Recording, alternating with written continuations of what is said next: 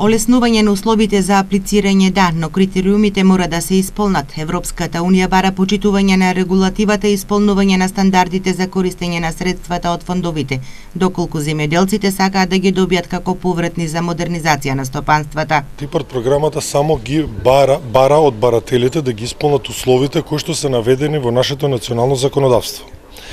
Значи, таа не е баук програма, меѓутоа законодавството кој што ние го имаме во Република Македонија се однесува на заштита на животната средина, заштитата на работата, законот за градење, за благосостојба на животни, значи сите тие мора соодветно да се почитуваат и за тоа барателите треба да достават соодветни документи. Напредок на ова поле има, велат од секторот за управување со ИПАРД во ресорното министерство. Во голем дел од Републиката има напредок во вадењето на градежни дозволи, пренамена на земјиштето, вадење на градежни дозволи за градење на земјоделско земјиште.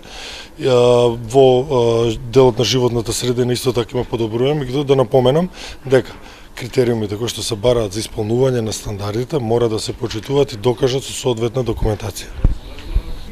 Кусите рокови за собирање на потребната документација, обемноста на истата досега ги кочи земјоделците да може да конкурираат за средствата од ИПАРД програмата.